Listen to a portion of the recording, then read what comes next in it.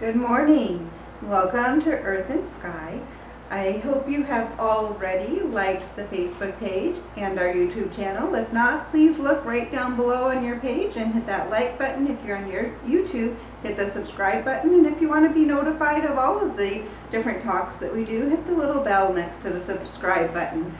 And for those of you who have joined us in person, it was so exciting. Thursday night we had the gong immersion and it was absolutely incredible. Deanna is going to be coming back probably in the next quarter. For those of you who missed it, she brought 3 gongs with her, the Saturn gong, the Buddha gong, both of those were up on stands, and the wind gong. And with the wind gong, she actually walked around over us and waved it into the part of your energy field. We've talked a lot about the electromagnetic field that surrounds the body. So when she brought that gong over into the energy field around us, then it added another depth and another layer of the sound therapy. Sound therapy is an amazing, incredible thing. That's why I use the Tibetan bowls during our meditation here. Just another version of the sound therapy. And the tingsha, sometimes I use that, the small symbols that we use in the meditation. I brought those for the meditation today too, so we will be doing that here in a little while. But today I wanted to talk to you about love being a choice versus chemistry. So this is one of those topics we sometimes hear people talk about. Is love a choice? Do you choose who you love? Or is love chemistry? Or is it fate that draws people together, and when that special person comes around, that's just who you're meant to be, and it's designed that way? What do you think it is? Go ahead and type in the comments below. Do you think love is choice, chemistry, or fate, or a mixture of all of those? I've kind of tested this out in my lifetime at different points. I had made a choice many years ago, feels like another lifetime ago, where I thought I was going to make love a choice, and I was wondering if I could choose who I love. And so I chose somebody, and I decided to see how I would make that work, and I made that work for 5 years, and it was okay. It was fine. I learned that you can do that as a choice if you want to. And I've also had those relationships where it felt like it was chemistry that joined us together. And sometimes it feels almost like it's a bit of fate, but I really believe that it depends. I think that it's a little bit of a combination of these. So if you are in love and you feel like it's by choice, then do you feel like you're having to put more work into it? Whereas some people feel like if you're making a choice, then you're willing to put that work into it, and you're willing to make it work and to see what you need to do to add to it. And some people feel like if you believe in just the chemistry, you feel like if there's a chemistry there, then everything should just fall into place, and shouldn't love just work, and shouldn't things just work out, and why should there be arguing, or why should we have to figure out different things? Well, there's always things to figure out in a relationship. There's always communication, compromise, and compassion. Those are those 3 C's we've talked about previously in our relationship talk. And then some people feel like it's fate. And so it was an interesting thing when JJ and I met, because we were both not interested in a relationship. And now drawing back a little bit into affirmations, I talk frequently about how when you do affirmations, you need to make sure that it's in the positive and it's in the present tense, because the universe is going to hear what your words are. It's not going to hear the nots and the don'ts and the shouldn'ts. So you want to make sure your words are positive and you know exactly what you mean.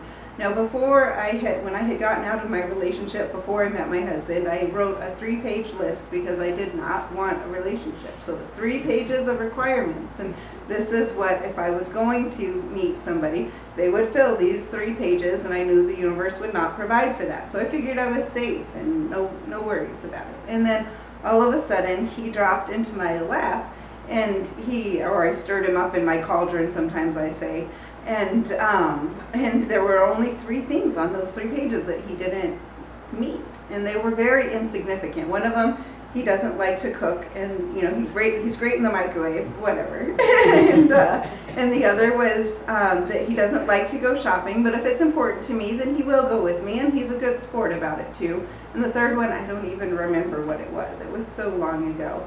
And so it was almost as though I said those affirmations and I said, I don't want a relationship right now. If I do, find somebody, they're going to have to meet all of these and it's not going to happen. So you take the don'ts and the nots out of that.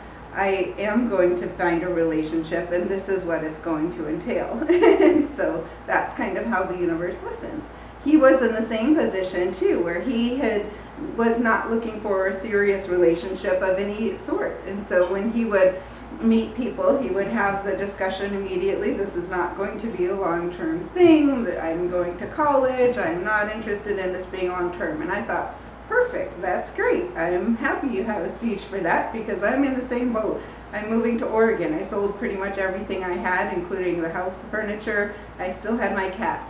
And so I was ready to go. So I thought, well, we'll just have fun for a short time and then I'll take off. And on our third date, he's asked me if I would stay. And I was like, wait, what? I'm kind of glad you asked that, but what?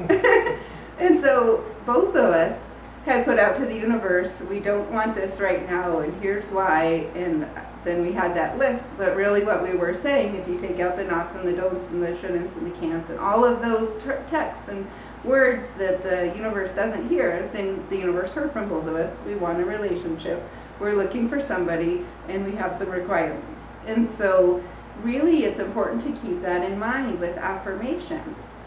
Now, do I think fate had a role? I feel like we all design our own fate. I feel like we all create our own destiny. I feel like if you focus on that and you pay attention to it, then you can very consciously craft and create your destiny and your fate. And I feel like some people stay more in the subconscious, so they don't decide to harness that power and they just decide to live as they feel life brings things to them. So it's really a choice to you. Are you somebody who harnesses your fate? Are you somebody who takes control? Are you somebody who meditates, who chooses, who decides what you want and you create that? Then you are creating your own fate. And yes, we decide certain things before we come here in this life, but we can also choose to really get on board and take that into the best level that we want. We can choose to consciously create literally what our destiny is and what we're doing here and who we meet in our lives. And now along with that, we also both felt strongly that you choose in certain ways. You choose who you love.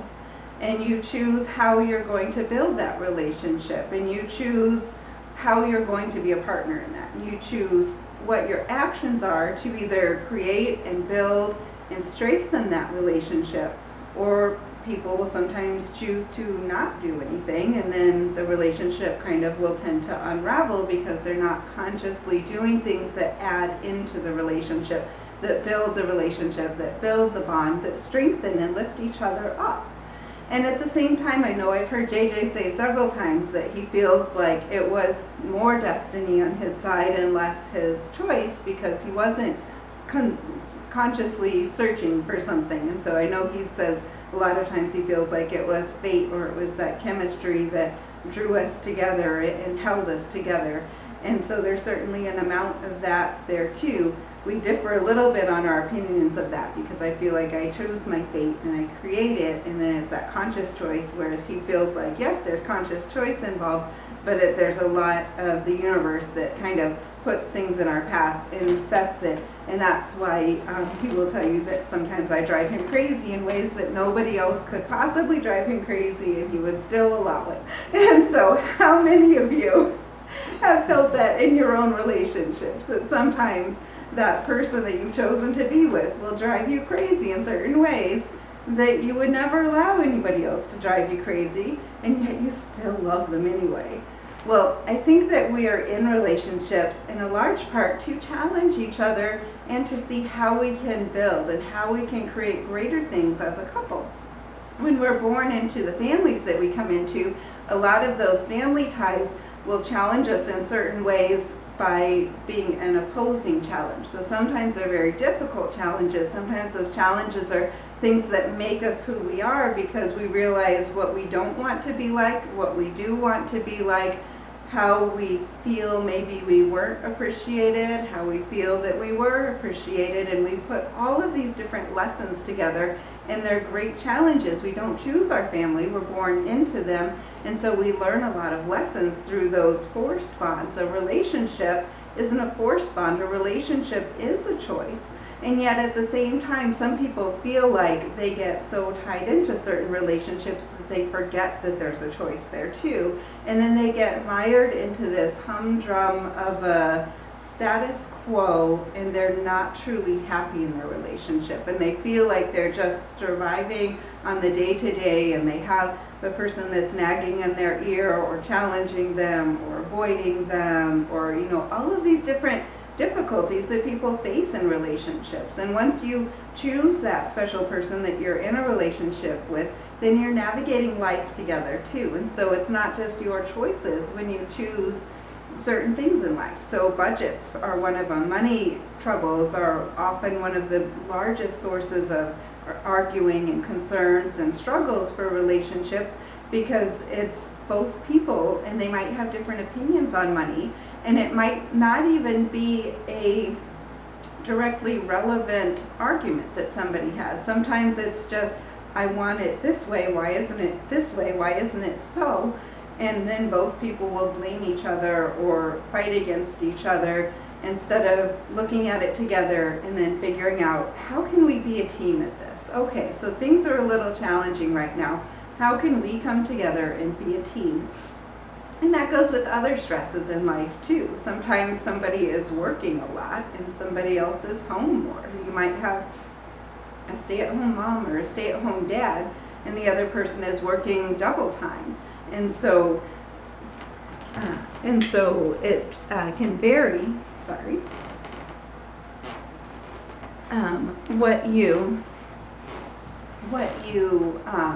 What you struggle with, and then that also changes how you are able to communicate. So the biggest things, like we've talked about before, communication, compromise, and compassion. So if you feel like you're in a relationship and you're struggling to find that common ground with the other person, or you're arguing, or you just aren't meeting on that same level that you were when you first met, then maybe you need to have a little bit of compassion and sit the other person down and set some time out and figure out where you can meet at the same level, where you can meet at this common ground. How can you open that communication back up?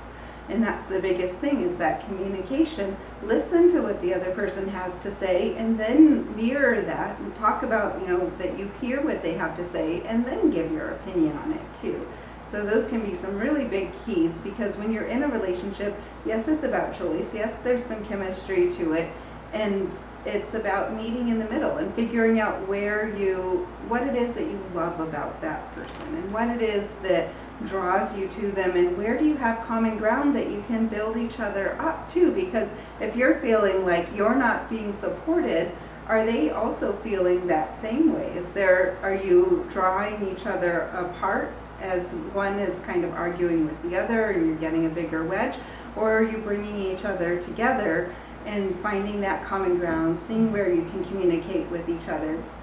And then that being said, it's also important to know where certain limits are too. Sometimes I've seen many times where there's one person in the relationship that is always the one that is always giving and making excuses for the other one, and never setting certain standards or never setting those requirements for themselves.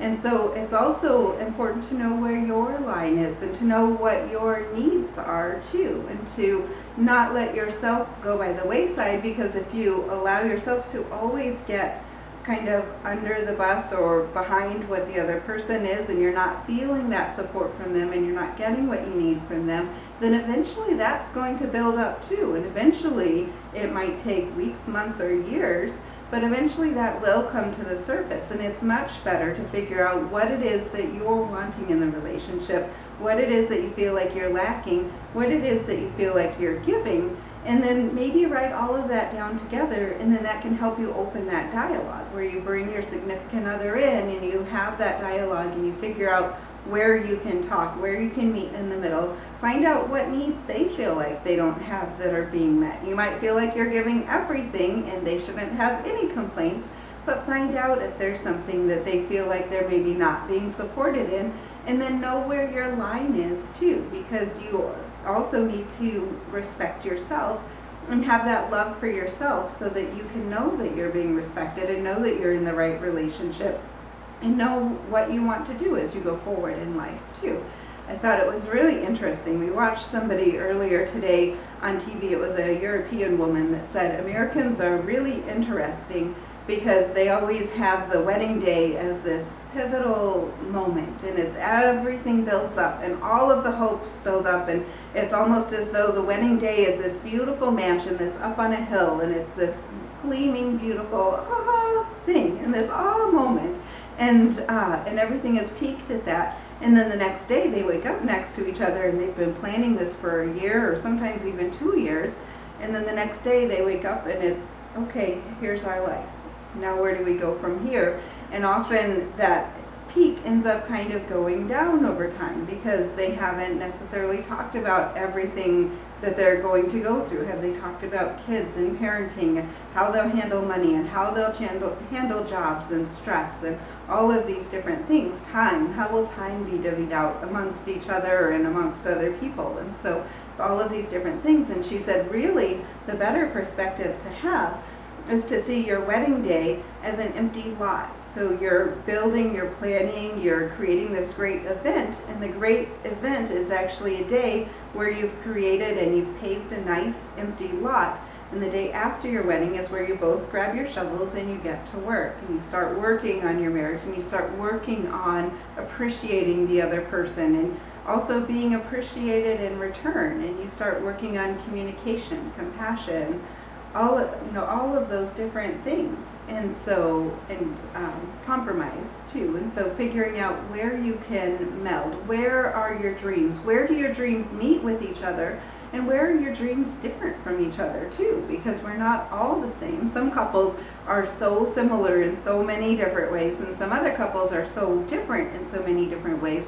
But typically couples, their value system is the same. So regardless of what their other plans and what their other thoughts are, their values tend to be usually pretty much in line with each other. And so figure out what your plan is and where you want to go with your relationship, and really recognize that love is a mixture of choice and chemistry, and you create your own fate, you design your destiny, and you are the one that's creating the roadmap of where your life is going, where your life is right now. You can look behind you to see where you've come from, and then that gives you an idea of what road you've been on. Is it a really bumpy road? Has it been a really windy road? Or has it been a pretty straight road? Are you happy with the direction it's going? Because there are always multiple paths in front of you, and you can always choose to turn that car, and you can choose to go wherever you want to go. Do you want to keep going the way you're going? Then look behind you and know that if you keep doing the same thing, you're going to get the same results in the future. If you want to just change it a little bit, then shift it a little bit to the side to shift the car. You look in the direction that you want to go, and you think about what it is that you want to bring in. And as you shift that perspective by looking at it, knowing what your goals are, knowing what you want, then that car is automatically going to shift, and you're going to start getting the results and getting to the goals that you want and creating that relationship that you really want. And I think that is about all I have for today. It's been an interesting 2 weeks because I just had a wedding that I did last week, and I have a wedding that I'm doing this week, so it's really got me thinking a lot about relationships too, and it's always so exciting to see these couples that are in that peak of love. And I hope that you are able to, within yourself, continue that peak of love. And if you're single, it's the same thing too. There's no reason that somebody has to be in a relationship either. And so if you are single, the biggest thing to keep in mind is loving yourself. And if you're in a couple, also loving and respecting yourself, knowing where your lines are because you love and respect yourself, and figuring out what it is that you want. And if you're single, maybe you're happy being single and you're not interested in dating, and that's completely fine too. These things can also apply to friendships. And if you're dating, then absolutely that's the perfect time to lay out what you want your roadmap to be, to lay out what your expectations are, and to know that there are 1 million plus people in the world, and it's always a game of numbers, and to not get discouraged. If you feel like you're looking for that right person, don't get discouraged. Know that it's a numbers game, and just know what it is you're looking for. Write a list that works out really well, and And with that, I do think that I will go ahead and close. Like the Facebook page, subscribe to us on YouTube, please, and I will see you in just a couple moments with meditation.